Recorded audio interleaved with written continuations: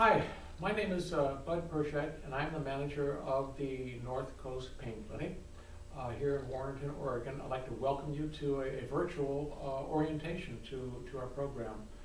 Typically, we see people live here and explain what the program is and answer any questions they might have. But we decided to try a virtual orientation for some folks to make it more convenient for them. And then they're free to call for questions or to email us or whatever they want. So this is for your convenience, just to give you an overview of the program, and I hope you enjoy it. I wish you were here live, but you can always come in and join us later. But thanks for being here.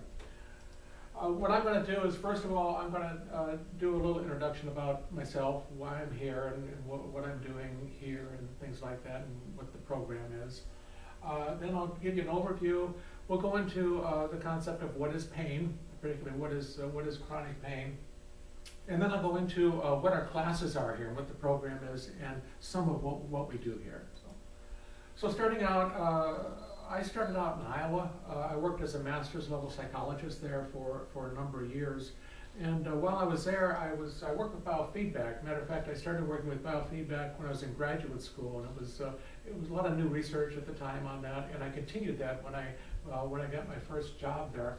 And there's a picture up here. I don't know if you can see it out there, but it's a picture of me that they put in the newspaper with a biofeedback device, an EMG biofeedback device.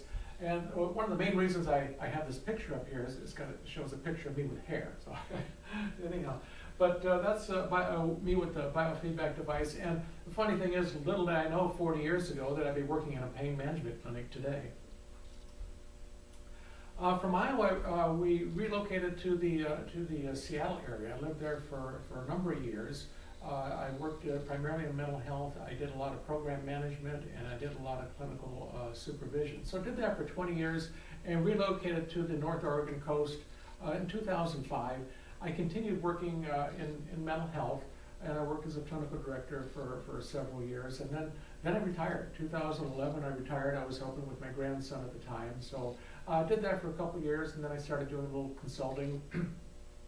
And then I got word that they're starting a pain clinic, and I was basically kind of encouraged to check it out. So I'd never done a pain clinic specifically before, but I was interested in the project, and I agreed to take this on. There was a lot of work done before I got here. This was basically set up by the Columbia Pacific CCO through their funding and their guidance. And we had a consultant, Mark Altenhofen, who is a pain management guru in this region, who helped mentor me and help guide the program here. So a lot of folks were involved in this program, including me. As of a year ago, got very involved with the program, and still very enthusiastic about it. But I came out of retirement to do this, and we started seeing our first patients about a year ago. On July 1st, we saw our first patients in an orientation. And since that time, we've graduated now 13 classes, and we've started our 15th class. So we're really progressing pretty well. We work primarily and strictly on referrals from your primary care provider, from your doctor. Your doctor has done assessments with you. They determined that you have some chronic pain issues, and they've also made a determination that they feel you can benefit from a program like this. So we work very closely with your primary care provider to help give you the best experience possible. You continue working with your PCP. We do not prescribe any medications here. We are strictly a behaviorally based type program that's proven to have good results. So with that being said, we do not prescribe any medications here. So we do have a website that was set up here not too long ago. It's a local website. And I don't know if you can see it in virtual land there too, but the address is www.northcoastpainclinic.weebly.com. If you visit that site, it will answer a lot of questions you might have. I have some videos on there for you to see. Also has our email address and any contact information you might have. So if you have a chance, check the website out too. We need to go into now the concept of pain. What is pain? There's a number of definitions, but there's a couple standard definitions of pain out there. And I got two of them up here for you. One of them is pain. It's an unpleasant feeling occurring as a result of injury or disease, usually localized in some part of the body. Very standard definition. Another fairly standard definition is this one. Pain is more than the sensation or the physical awareness of pain. It also includes perception and the subjective interpretation of discomfort.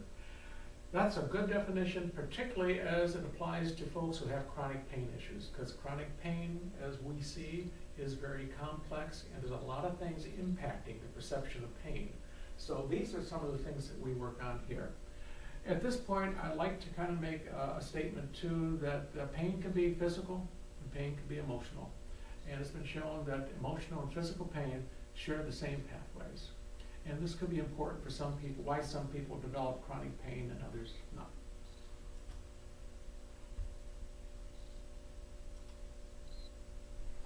Pain can be deceptive, and I'm going to give you a couple examples. Most of you have heard the example of someone who's had their foot amputated, the phantom limb pain. Someone's had their foot amputated, and months or years later, they're feeling pain. They're in pain, and they feel the brain is coming from the foot. And it can't be coming from the foot because the foot isn't there. Now, is the pain real? Yes, the pain is real. Is the brain deceiving you as to where it's coming from? Yes, it is. Another example here is that a lot of times the area of the body that's hurt might not even be the area that's injured. Under conditions of stress or emergency, even a severely injured person may feel no pain until after the emergency is passed and overcome the pain issues. And a lot of times people with chronic pain, they feel the pain, it persists long after the injury is healed. The tissue is healed, but they still feel the pain. There's been some trigger there, and they're still feeling pain. And I want to say here that people with chronic pain are in pain. A lot of times people come here thinking my doctor doesn't think I'm in pain. Yes, they do know you're in pain. You're in pain. It's called chronic pain. It's very real.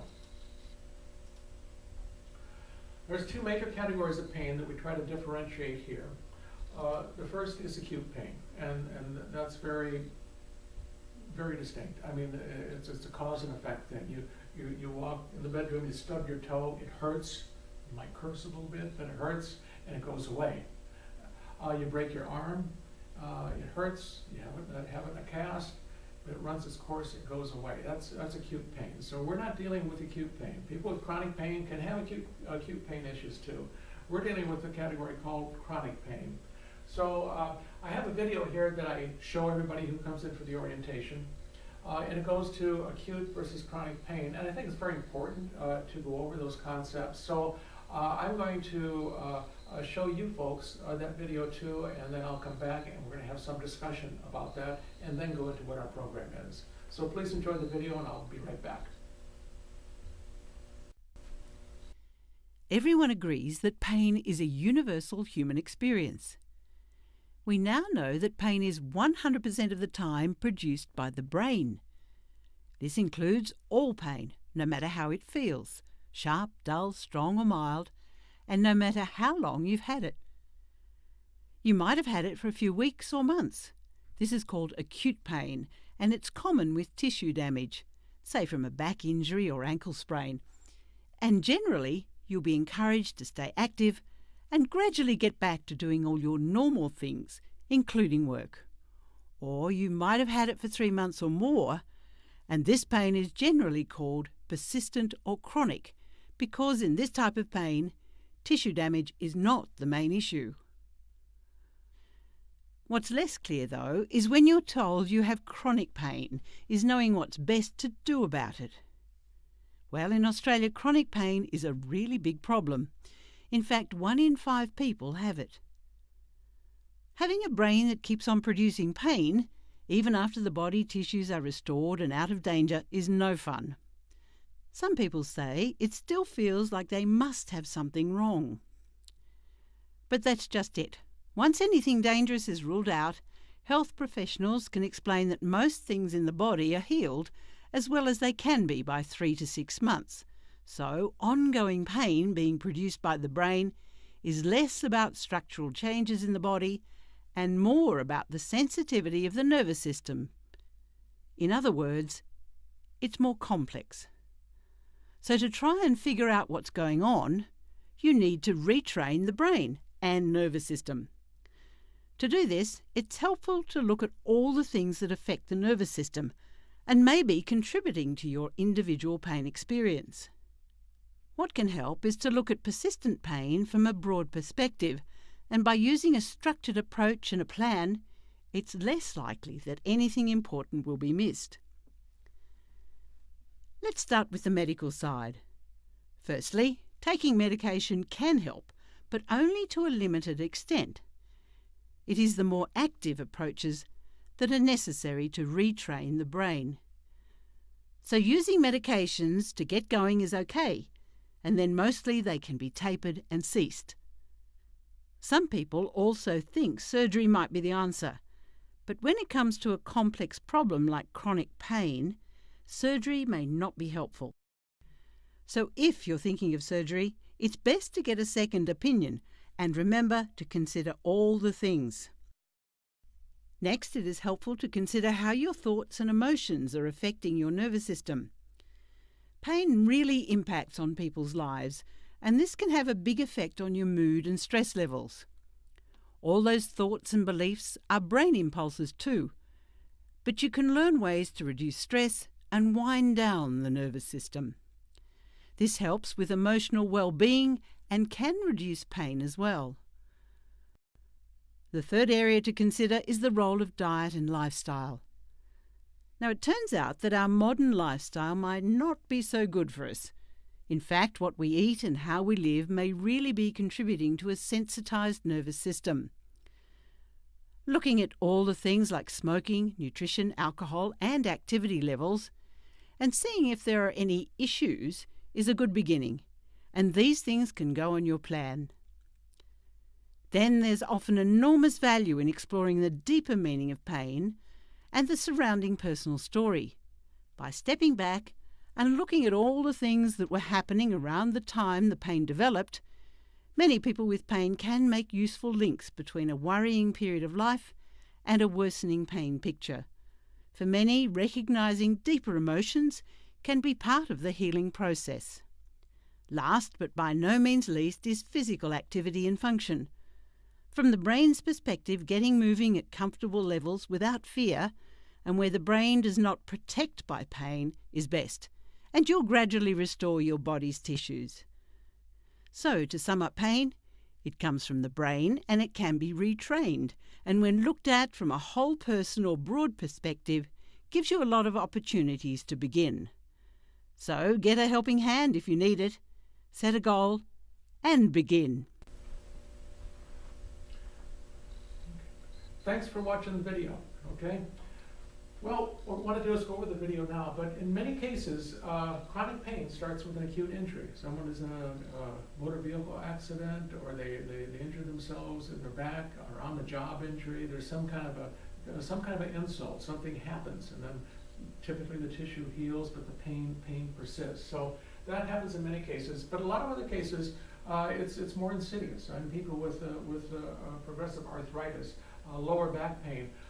We've had a lot of folks with fibromyalgia in here, so those aren't a result of a distinct injury per se. So another thing here is the differentiation between time frames. To be diagnostically appropriate, chronic pain should be pain that's lasted probably more than 6 months. The criteria is 3 to 6 months. Your doctor needs to make that determination. Most everybody coming into this program has had pain a lot longer than that. Some have had pain for many, many years coming into the program. But it has to be pain to be diagnostically significant, at least longer than 3 to 6 months. Chronic pain is probably due to some hypersensitivity of the nervous system. I heard a real good lecture one time, and I think it kind of describes it, where you have someone playing an electric guitar, and the electric guitar is plugged into an amplifier. And here's your amplifier right here, and you would be strumming away at the chords, and you're going into the amplifier. And some people are tuned that their amplifier is up way high, and the output's way high. So that's kind of analogous to pain. And some other people, their amplifier is tuned down a little bit lower for whatever reason. So basically, this guitar player represents your periphery, your peripheral pain, and the amplifier represents the brain, okay? The brain pain, that's kind of the amplifier, and this results in how you're gonna feel. So this is what we really work on here in this pain management program, and all mind-body programs that I know of work on this concept in dealing with the chronic pain issues that folks are having. You're not alone with chronic pain, okay? It's estimated about 1 in 5 in the United States experience chronic pain at one time in their life or another. So sometimes people have some chronic pain issues maybe more than once, but it's fairly common. 20% of the folks experience it.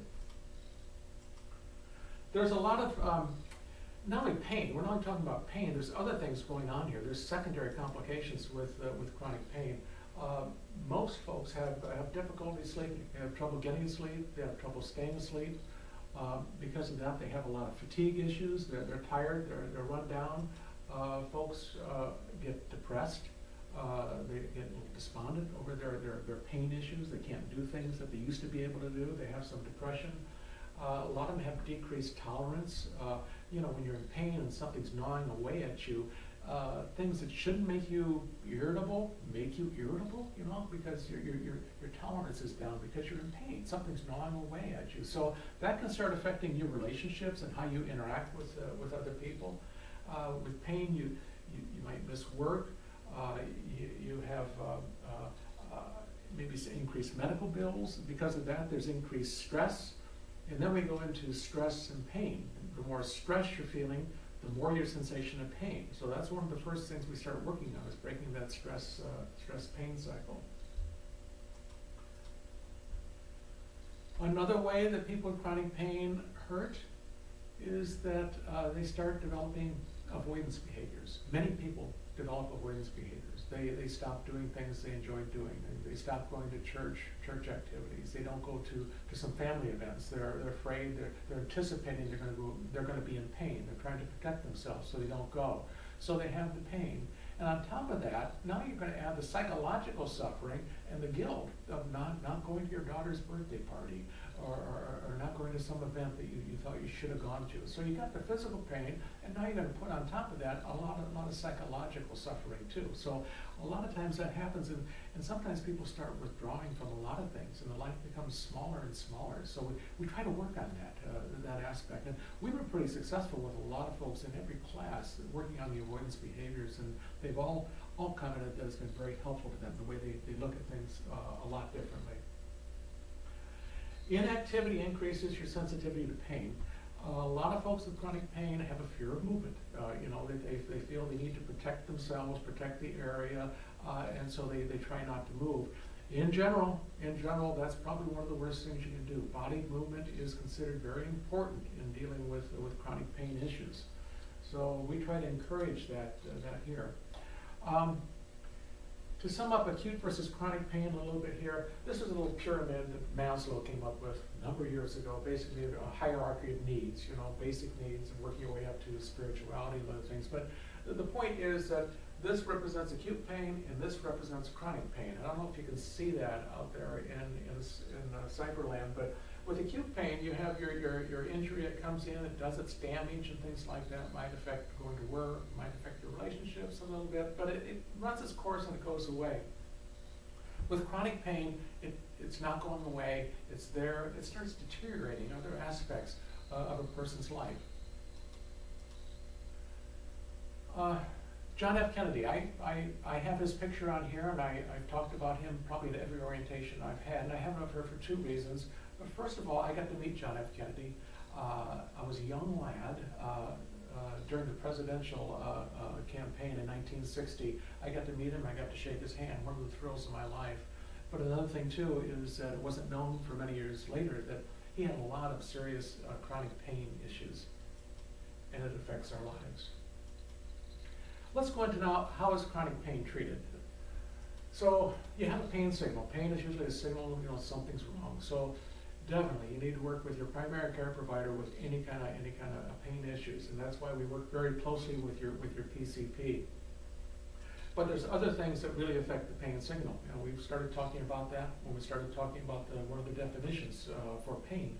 So basically you have emotions, your thoughts, your behaviors, all these things, impact the pain signal. Remember the amplifier, the guitar amplifier, all these things they really impact your perception of pain and how you deal with it. So we work closely with your doctor. Your doctor has to really check everything else out and also make determination, are you going to benefit, are you likely to benefit from a pain management program? And these are the kinds of things that a pain management program like ours deals with. Now, how is our program set up, our classes and things like that? So we have the orientation where I explain to everybody what the program is, I answer any questions they might have. And in general, I think about 7, 8 out of 10 agree to participate in the program. Some, for one reason or another, don't feel it's right at that time for them, and that's okay. But in general, folks will sign up for the program. So if you want to sign up for the program, we have a little packet that we give you to take home, some forms to fill out and things like that to get you enrolled in services. And then you're set up for an individual session to meet with me. That's where I get to sit down with you, kind of go over things, basically kind of see how your pain issues are impacting your life and that type of thing, and are there other things going on that might need to be addressed. So it's a chance for me to get to know you. It's a chance for you to ask me some more questions, and we can make a determination, is this program appropriate for you. After the intake or the one-on-one session that I have with you, you're assigned to a class, and our classes meet once a week, and they're for 10 consecutive weeks. So, and they last for 3 hours. So basically you're assigned to a class, and you attend for 10 consecutive weeks, and the classes last for 3 hours. You're allowed to miss 2 misses in there, because we know 10 weeks is a long time and a long commitment. You're allowed to have 2 misses, and you still get your certificate that we send your doctor and everything that you completed the program.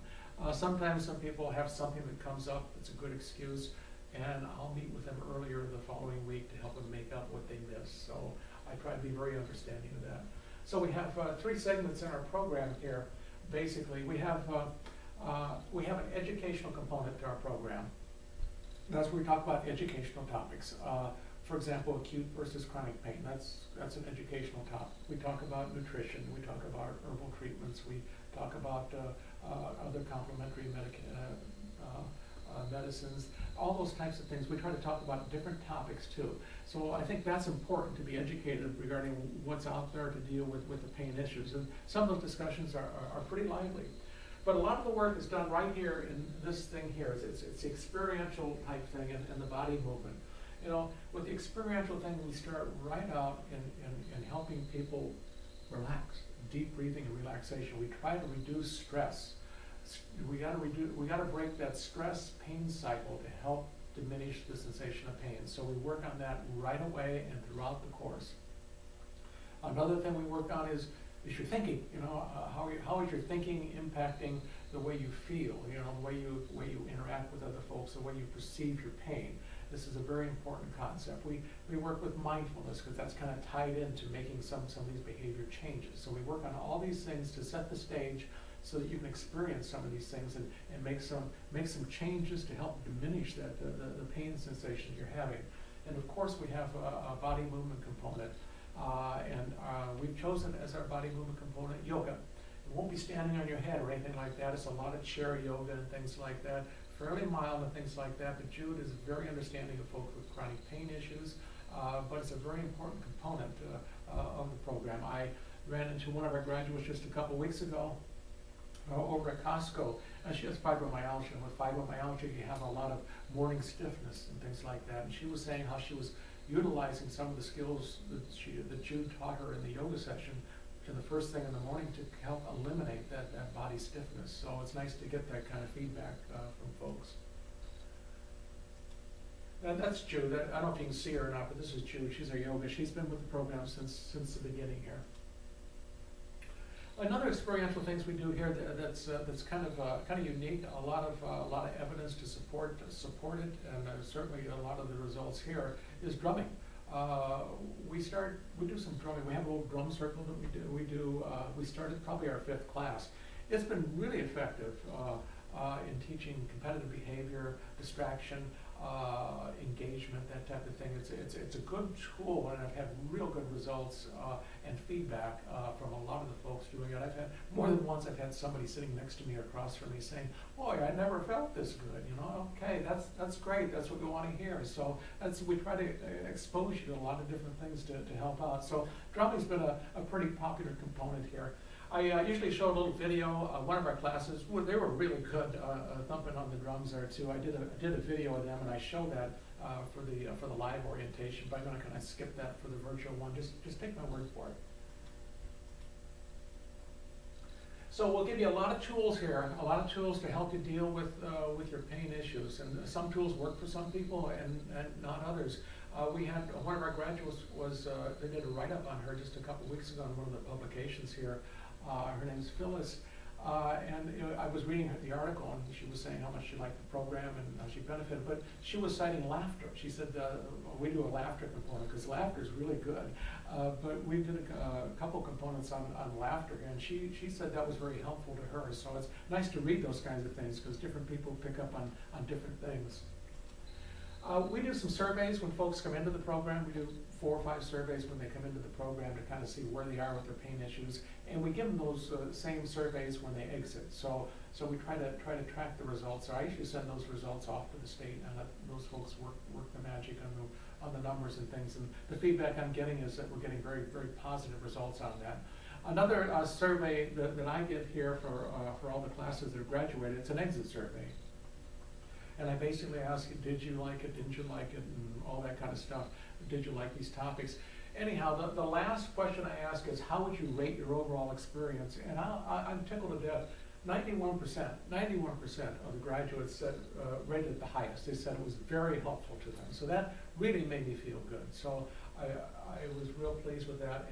And it's results like that, and the graduates coming in to visit with us afterwards. They graduate and they come in to let us know how they're doing. It's just really gratifying to see that with folks. And that's, I was retired, and I tell you, I go back to retirement again, but I'm having so much fun and so much enjoyment with this and the program. I'm so enthused about it.